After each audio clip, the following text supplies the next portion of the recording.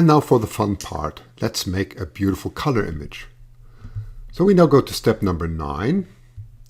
And we scroll down until we see Combine RGB. Let's click on it. And as you can see, a new menu opens. Here are some interesting options. You can see that's the normalization that we're going to use as we mix all the color channels. Leave it on multiply scale. That is the good default. You can see you have the option of none, add, and other options. Go and experiment with these. There's some explanation here, by the way, and it is very useful to experiment with it. For example, if you're doing a mixture of narrowband and some color images and broadband, so you may want to use different options here. Let's leave it at default, that's fine. You can also create your own formula here. We have an LRGB image, so the first tab is fine. If you scroll down, you can see you have mixtures here for narrowband and H-alpha with RGB, and the typical Hubble palette in different forms, and so on. Quite useful. We're leaving it on LRGB 1, and I'm going to start adding the channels. We should now navigate back to our work directory, and that's where the integrated images are. I'm going to select all of them and say open. And now we're greeted again with a assign the used filter. So that is, the filter now has to be associated with the color channel. And in this case, it is already correct by default. Just be careful that with some filters, it will not work. And then it'll ask you which filter it is, because it's going to say custom there. We just click OK here. And now we go to the left-hand side, and you can see here are all our color or channel mixers. For example, you can see the blue is completely highlighted here, or 100% on blue, and the same for green, luminance, and red. Initially, I just want to see what the RGB image looks like, so I'm going to take the L from the luminance and put it all the way to 0. Let's just take a look on the right-hand side and not overstretch the image too much. So I'm just going to go back here till somewhere in the middle. Let's see what we should select here. I think that 15%, yeah, 3 sigma seems fine. And then let's just do a calculation here. So it just says recalculate. And that's the initial image that we get. It looks a little bit fade, so click here on and enable here saturation, and you'll get an initial feel for the RGB image. Now I would like to finally add the luminance too. So I'm going to go right back here, put the luminance on 100% and do a recalculation. At this stage, I'm not worried about the colors, because whatever we save on the left-hand side is saved in linear fashion. What we see on the display, we can stretch whatever we want, but that's not going to be saved that way as long as we save it on the left-hand side.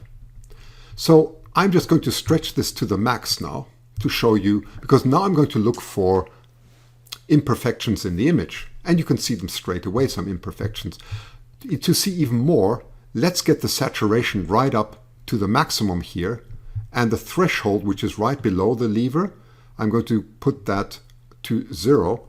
And now you can look at not a very nice image, but that's not the point. The point is to see what our problems are. You can see there are several problems here.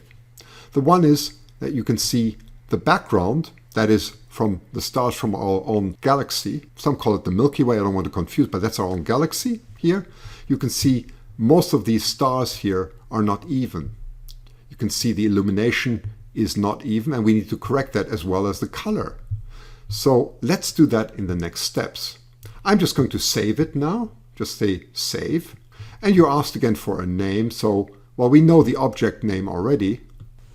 This was NGC292, and it's an LRGB. And then we click on OK and save. And finally, we just leave the menu by just clicking cancel. So let's go to the next part. That is remove light pollution. I'm clicking on it now, and it's going to ask which one do you want. That's of course the most recent one that we worked on. Just click on it and load it. And here we are. So this is interesting because now we have to even the background and take the gradients away. So I'm going to select the background of our own galaxy. Those are the stars that we see. That should all look evenly illuminated. So let's take the lower left first, put an area there, put another one here, and so on. And also here on the top right, I'm going to do one. And don't put too many, put about 6, that's fine. And don't get too close to your object. That's why I made it so bright, so that I can see exactly where the contours are. I'm going to put another one here and just say calculate now. And as you can see, that's already a considerable improvement. And we just have to go on doing this now. So I'm just going to put another area up here on the side. This also looks wrong in the color gradients. And let's put another one right here and there. And I'm going to do another recalculation now. And now this looks a lot better already. You can see there's a red area here. Don't worry about it. It just means that the gradient is very steep. So I can just add a few areas here to tell the software this is all fine. Add a few more here. Be careful not to interfere with any objects that are beautiful night sky objects that would then be recognized wrongly. So again, I just say calculate. And you can see this looks a lot more even and better all the time. I'm going to do one last iteration here. Add a few more here where there's a red area and maybe a few more here. And maybe one more here. And let's put one more here where there's no object and just do another calculation. And you see this looks a lot better already. Maybe some more here in this area, and do one more calculation. Yes, and that actually looks quite nice. That's now you can see that the stars from our own galaxy, they look nice and even throughout the image, and this is quite good. Remember that we have really overstretched it right here. So we have now created a mask actually that's being subtracted from the original image. So what does that mask look like? Click here on the green tab, Show Corrected Image, and you can see it here. That's our corrected model. Click on it again to navigate back. And I'm just going to say OK and save here. Again, this is a linear image that's being saved, and you can see here new labels have been added. So that's the light pollution correction, and also the background correction has been added to our designation here. And we save it always as a FITS file at this stage. And that ends that part of the menu. We now have to find the white balance. And in order to do that, we go to the Calibrate Star Colors tab. We click on it, and it says, do you want to calibrate the star colors in the current image in the image viewer? Yes, in this case, that's exactly what I want to do. So that's what it's going to do now. And the first thing that we are asked here is, please make at least one area in that represents the night sky as we see it. Again, those are the stars from our own galaxy. The background that we've just actually corrected for gradients. So I'm going to do that. I'm going to put a large area here in the lower left, and I'm going to put a large area here. And be careful you don't get too close to the object. That should be fine. And then I just say calculate. Let's do a calculation with that. And now watch how the color of our object changes, also the histogram. I'm just going to reduce the stretch here a bit because it's really about colors now. There, that looks a lot better. Now we can see the colors quite well. So as you can see, the image indeed has changed in color, so some correction has been going on. Let me explain now how all that works. Let's first talk about stars in general. A star mainly consists of very hot hydrogen and helium. The temperature is so high that in the core of the star, energy is produced via nuclear fusion. This results in a tremendous outward pressure. At the same time, the star is also very massive, and gravity is causing an inward pressure. Nuclear fusion pressure and gravitational pressure are in balance for most of the star's life. It's a very delicate balance. This balance is called hydrostatic equilibrium. The majority of stars that you see in the night sky are actually in hydrostatic equilibrium, and they shine in different colors. They radiate similar to what we call black bodies. Some, like our Sun, at a temperature of around 5,800 Kelvin, which corresponds to the yellowish, greenish look that we have. By the way, this coincides with the maximum sensitivity of our eye.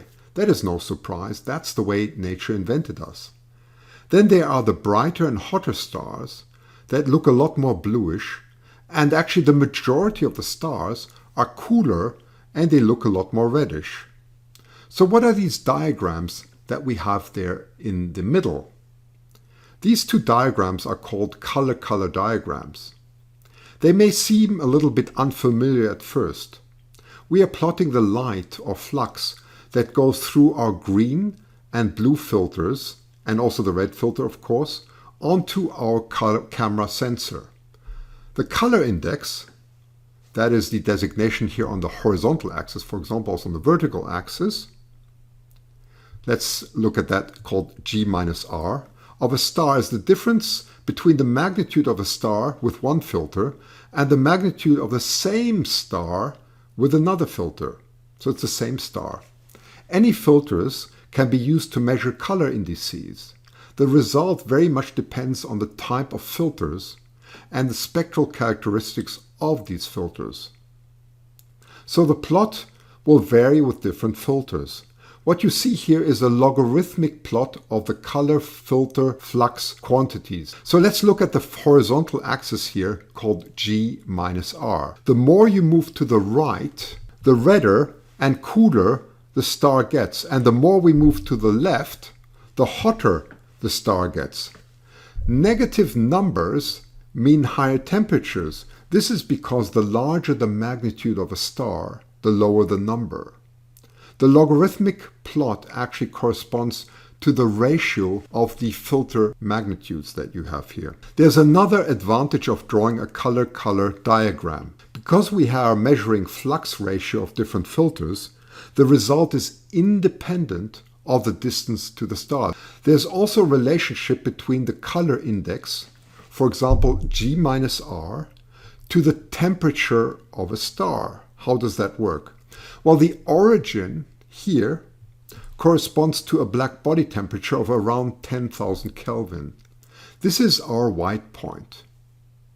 The color index of going to about minus 0.25 would correspond to about 15,000 Kelvin, and a color index of, for example, of our Sun is 0.656. And that corresponds to about 5,700, 5,800 Kelvin. By the way, the axis plot here depends very much on the type of filters that you are using. For example, even if you were to redo this whole image only with RGB, and I encourage you to try that without the luminance, you will see that the plot will extend a lot further, all the way maybe to 0.5, and as hot as minus 0.5. And so it depends very much on the filters and also the combination of filters that you're using. So why did the color actually change when the graphs were first plotted? This is because the color indices were matched to the black body temperature, and every temperature corresponds to a certain color. Within the range of this plot, we can expect that about 80% or more of the stars should be in the red quadrant here, and the rest of the stars in the blue quadrant. This is because red stars live much longer than blue stars. On the other hand, the blue stars are much brighter than the red stars. By the way, this plot will also work for a single-shot color camera. It will look different as it really depends on the filters and spectral responses of the color cameras. It will not work for narrowband filters as these are emission filters. So now that you know the background, let's have a look and see how we can make some use of this. As I mentioned before, about 80% of the stars should be in the cooler red region. So let's navigate to the left-hand side And you can see here are some different sliders that you can use. The first one you come across here is the star rejection kappa. Those are the orange stars that have been rejected, the so-called outliers. There's no need to change this here because we only have very few outliers. If you have more outliers, you may want to adjust the slider. As next, let's look at the next tab. It's called the blue to red ratio. So do we want to weight this a bit more red? Of course we do, because we want to shift the stars more into the red. So I'm going to do that here, and I'm going to click, and let's make it about 0.05 and do another recalculation. Then also watch how the histogram and in fact the color of our object changes. Let's scroll up again and click on calculate. And you can see there's already a correction in our image, and you can see it's become a lot more reddish. In fact, this looks quite good already. By the way, you can also change the gradient here if you wish to, the temperature slope if you want to adjust this more. I'm just going to demonstrate to you very quickly how to do it, although this is already quite a good fit. So let's do that very quickly. Let's scroll down and let's adjust the slope. We could decrease the slope a little bit, couldn't we? So you go here to the upper diagram, you can see that's the blue minus green versus green minus red. And let's just adjust the slope here. I'm going to adjust it maybe somewhere around, 0.65 is okay. And then because the filters are correlated, I want to also get a better fit down here. So I'm going to the other one. You see here the slope says the slope of 2. That's because you have B minus R here. Blue minus red corresponds to a different slope. So I'm just going to click on it and also move that down a bit. And that seems about right. And I'm just going to recalculate it and watch the fit now. And you can see here the black body model, that's the green, the current line, has shifted indeed. And it seems a much better fit now. And that a little bit whitish grayish line was the initial one. And I think that's quite good. So I encourage you to experiment a lot with these, but be careful with the way you use these sliders, because the sensitivity may affect the image quite a lot. So I'm just going to say OK and save it, and we're happy with this. The designation here now, the label is now corrected star color, and that's fine. And we go and save it. Now that we've done it, the image looks a lot more like it is supposed to. So I'm just going to bring the saturation down again quite a bit and put the threshold up quite a bit here on the right hand side, because now we're going to do the final adjustments. And I encourage you also in between to take a cup of tea or a cup of coffee and then come back and to re-look at your image, because sometimes our eyes adjust too much to a saturated image and then it doesn't look really good. So let's talk a little bit about these sliders here on the right hand side. So you can see you can adjust the black point, the white point, and so on. And you can find all the different instruction windows over here. Anyway, all we need to do here really is to fine tune it. We could possibly start by seeing what is the correct stretch. So let's de-stretch it a little bit and see what the result is like. And you can see that looks quite good already. Again, this depends on your personal taste. There's one very good thing that I would like to point out about the sliders here. You can change the sensitivity. If you ever click on the left-hand side, you can see this is changed between 1 and 2. That's a very coarse slider, so be careful with that. And if you want a very fine adjustment, you click all the way on the right-hand side and you can see it's between 3 and 4, and that'll adjust it very fine. Most of the times, I leave it at default here between 1 and 3. One thing we may want to change here is the contrast. You can see it's on 0, so I'm just going to change it just a tiny bit and maybe go up a little bit more, go to about 0.2, and that's already a good contrast. So before I sharpen it, I would just like to crop the image. So let's go quickly into the crop menu, batch modify. Do you want to do it on the current one? Yes, I do. Let's just drag our mouse along. I'm just going to take an arbitrary window here and say we want to crop it like this at the moment. So I just say crop OK. And please provide a file type name, that's fine. And now it is saved. So in order to reload that, we scroll all the way down and you can see here's our modified picture. just load it again. And there it is. You can see it's cropped. And now I can do the final adjustment that I want to do is just to sharpen it a bit. Now be careful with the sharpening, because if you sharpen galaxies, you may over sharpen the core, and that leads to artifacts. That's why there's a protection here too. So you need to really play around with the sensitivity of the protection and the sharpness. I'm going to sharpen it quite a lot here, and this takes a bit of time. And then when the sharpening process is completed, we can now save the image. This time we're going to save it on the right-hand side. Be sure that the stretch is enabled, which is by default, and just click on Save. And now we're prompted here with a name. You can see it has also the label here at the end, ST, which means stretched. So we just say OK. And now we don't save it as a FITS. We're going to save it as an image that everyone sees. 16-bit TIFF is a very good idea. The color space, leave it as default. That's the best color space to use. And then we save it as 16-bit and just click OK. And that brings us to the end of the tutorial.